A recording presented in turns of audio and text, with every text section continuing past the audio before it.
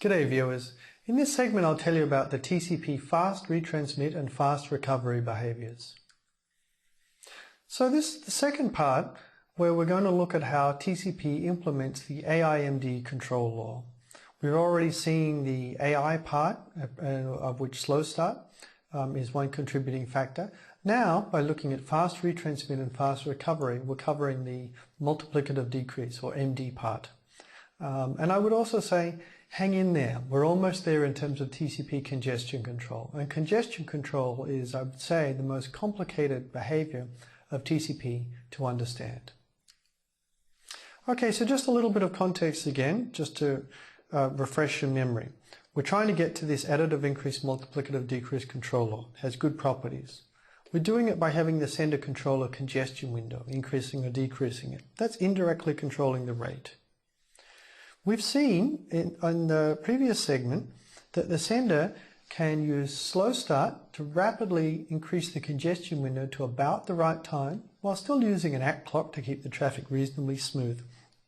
And it can then use additive increase around about the right congestion window. This is all good. The only problem was we then detected loss when it finally occurred with a timeout. And by that time, the ACK clock has run down because timeouts are relatively large compared to the time it takes to ACK a packet. So the sender needed to slow start all the way again. We haven't got to the multiplicative decrease part yet. And going all the way back to essentially starting from a congestion window 1 seems a little extreme. We can do better. The way we're going to do better is by using more information in the ACK stream. In fact, by looking at the ACK stream, you can usually infer something about loss. Let me show you how. TCP uses this cumulative ACK, if you recall. The cumulative ACK gives the highest in-order sequence number that's been received. When there's no loss, it will just steadily advance from one sequence number to the next. As the data segments are sent, the ACK will come in and it will just rise, counting up. When there's loss, there'll be a hole in the sequence numbers at the receiver side, and the cumulative ACK will get stuck at some value. The ACKs will then repeat the highest in-order sequence number that's been received. These ACKs are called duplicate ACKs because they're sending the same number over and over again. And if you think about it, these ACKs actually give us hints about what has arrived, or rather what data hasn't arrived. So they tell us every time we get an ACK, we know that some new data arrived, but we know that it wasn't the next segment, because if it was, the cumulative ACK number would have risen. So there's a good chance that, in fact, it is the next segment just beyond the one that's been acknowledged that has been lost. The fast retransmit heuristic uses this sort of inference to work out that a packet has been lost, which packet, and to retransmit it. So in particular, when the TCP sender receives 3 duplicate ACKs, it treats this as a loss event. It says, aha, loss has happened in the network, and it will immediately retransmit the next expected segment beyond the ACK value in the cumulative ACK, because it thinks that's the one that's been lost.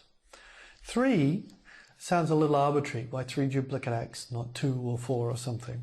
Well, some small number like this, and 3 is just a small number, allows a little bit of tolerance for packet reordering that could occasionally happen in the internet. This will cause duplicate ACKs also, yet it still detects any loss which actually occurs quickly. We can see the heuristic working here. You can see the ACK stream coming in, 1, 2, 3, 4, 5. Now we get duplicates. Here's a duplicate, first duplicate, 5. Well, so a packet arrived on the other side, but it wasn't 6. Or this ACK would have gone up again. 5, still haven't got 6. 5, still haven't got 6. This was the third duplicate ACK. I'm going to circle this because right here we would resend 6. Right? We'll assume that that has been lost. And you'll note that after that we're still receiving duplicate ACKs because even though we've sent 6, it's going to take a little while for 6 to reach the other side and the cumulative ACK to advance and us to hear back a bigger cumulative ACK. We can see some of those effects on the time sequence diagram here. We have again the sender on the left and the receiver on the right. Now ACKs have been sent merrily. Also let me see. So this text is actually showing the receipt of information. Okay, so the sender and receiver labels are important. So in fact, this coming in is ACK 10. And you can see the ACKs are going up normally as they come. And they go up 10, 11, 12, 13. And for the last ACK 13 that's received, that's ACK 13 there. I'm just going to do this to make this figure a little clearer. Then we actually send data 20 here to the receiver. Before that, we would have sent data 19, 18, and so forth.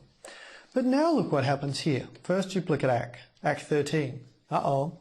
So we can't advance the window, so no new data goes out. ACK 13 again, same thing. ACK 13 now. This is the third duplicate ACK. So fast retransmit hits, and we send 14. And now after that, we're going to get more ACK 13s until eventually the ACK comes back.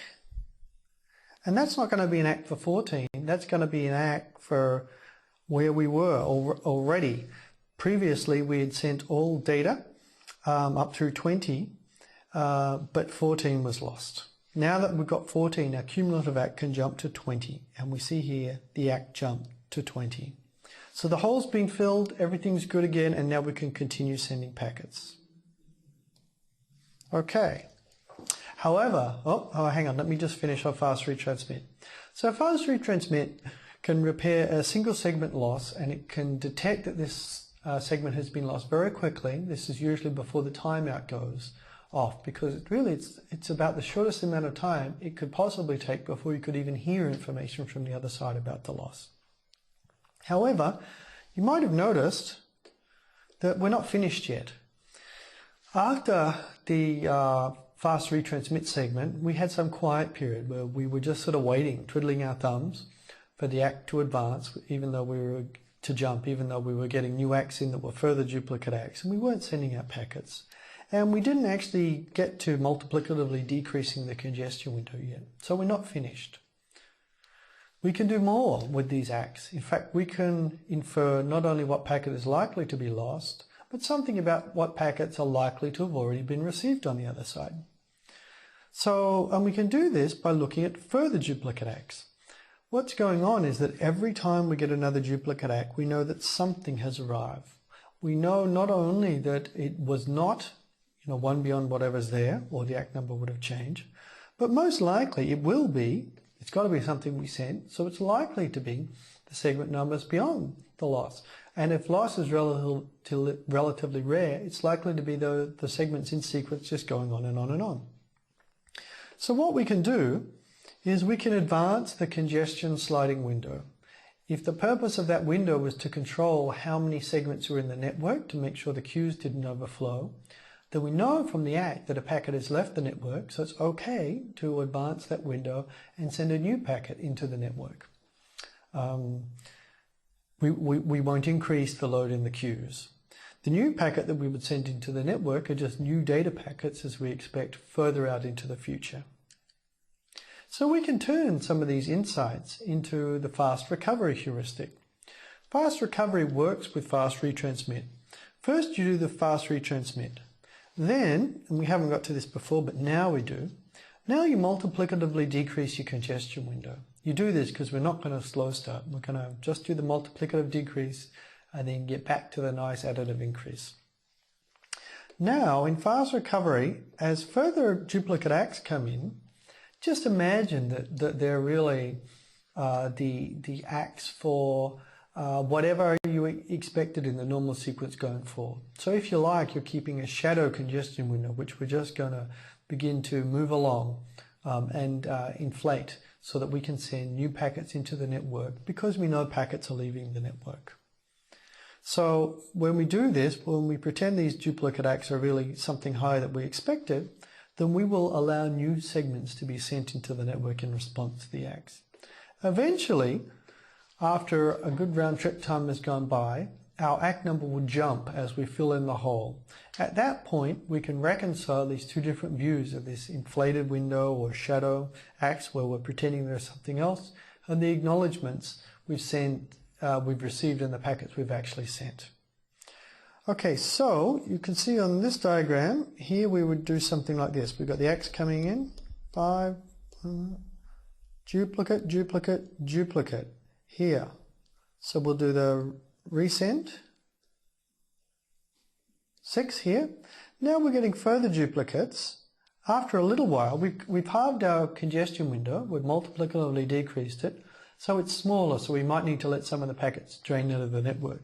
But at some point, let's say here, while our ACK has not jumped, we would like to send new data as ACKs come. So I'll say send, I don't know, 10. I will just pretend we're up to 10 now. So that's what fast recovery is going to let us do. Here's a time sequence diagram to go over it a little bit. We have the sender on the left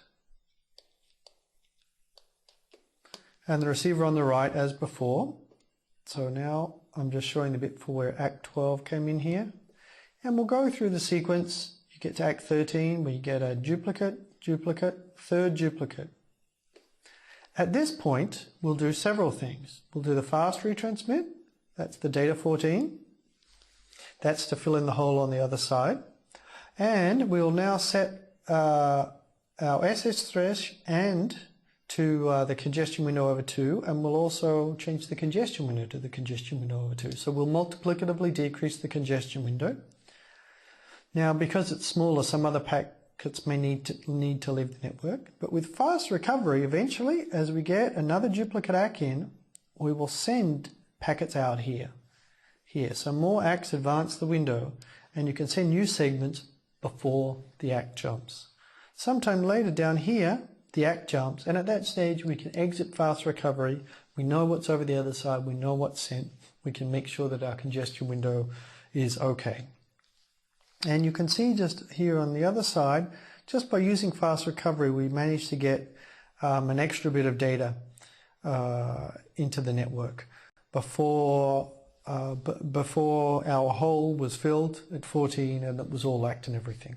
So fast recovery will help us send more data through the network as well as to keep that ACK clock going. Okay, so in conjunction with fast retransmit, fast recovery allows us to repair a single segment loss quickly. We can work out that something's been lost, we can retransmit it. While that is going and we're waiting for the ACK back, we can continue to send packets and keep everything going. When you put all of these pieces together, they allow us to realize additive increase, multiplicative decrease. So we're now adjusting the congestion window up and down according to this formula. We're not using timeouts if we're just dealing with single packet losses. That's great. And we're not using slow start after loss because we keep the ACK clock going and we just multiplicatively decrease the congestion window. These mechanisms are implemented in TCP Reno, which is the historic version of TCP that came out in 1990 that put all of these pieces together: slow start, fast retransmit, fast recovery, as well as some of the better timeout estimators that we'd seen before. And the multiplicative decrease factor that we use here is a pretty hefty one of a half. So we halve the congestion window on a loss event. This will sort of allow, even if there are two flows, new flows come in, it will sort of allow two flows to quickly each get half of the bandwidth. So it will accommodate fairly large changes at one go. When you put all of those mechanisms together, here's how the congestion window goes over time. It goes up with a slow start. We cross the slow start threshold and we're in a nice additive increase. That's what we wanted. Now when there's loss, we're going to go down and do a multiplicative decrease. We would find loss quickly and we would maybe go down immediately. We halved our congestion window, so we had to wait for a few ACKs to exit the network. Then we're back to our additive increase. Eventually you'll get too high, halve again, and so forth. And this is the TCP sawtooth that we're following. We've kept the ACK clock running all the way through these loss events without doing any version of slow start.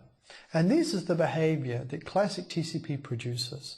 You can see here it's actually driving the network into congestion, filling up the queues, and then recovering gracefully. So it sort of has to probe the boundary of congestion to find out just how much bandwidth there was in the network. Now we're going to stop there for understanding congestion control. We've seen how classic TCP congestion control has been implemented. Modern congestion control goes beyond it in many small respects. I'm just going to briefly mention some of them. So we've got to Reno. TCP Reno can repair 1 loss per round trip time using its mechanisms. If you were unfortunate enough to have multiple losses per round trip time, you would end up needing a timeout to recover from them. Then we'd have to start again with slow start because we've timed out and our ACK clock is broken and so forth. A common version of TCP that's deployed in the internet today, perhaps the most popular, is a classic style mechanism, is TCP New Reno. That's Reno with further heuristics that allow it to repair multiple losses in 1 round trip time without a timeout. So it's still using inference, but it's doing a slightly better job, and it can often do a little better in terms of repairing things. But one step beyond that, that's an even better idea, is something called SAC, TCP with selective acknowledgements. We actually looked at the selective acknowledgement option earlier, as well as the cumulative ACK. They add information about the byte ranges you've got. Once you've got these ACK ranges, the ranges of bytes that have been received that are carried in the acknowledgements from the receiver, the sender no longer needs to guess which packets may or may not have got there. The receiver's telling it. So this is much cleaner and more straightforward in terms of trying to work out what might be lost and retransmitting it. You can retransmit without the guesswork. So SAC is the option that is increasingly used in modern TCP. It's simply a matter of deploying it and turning it on. So now we know how TCP congestion control works in routers that lose packets.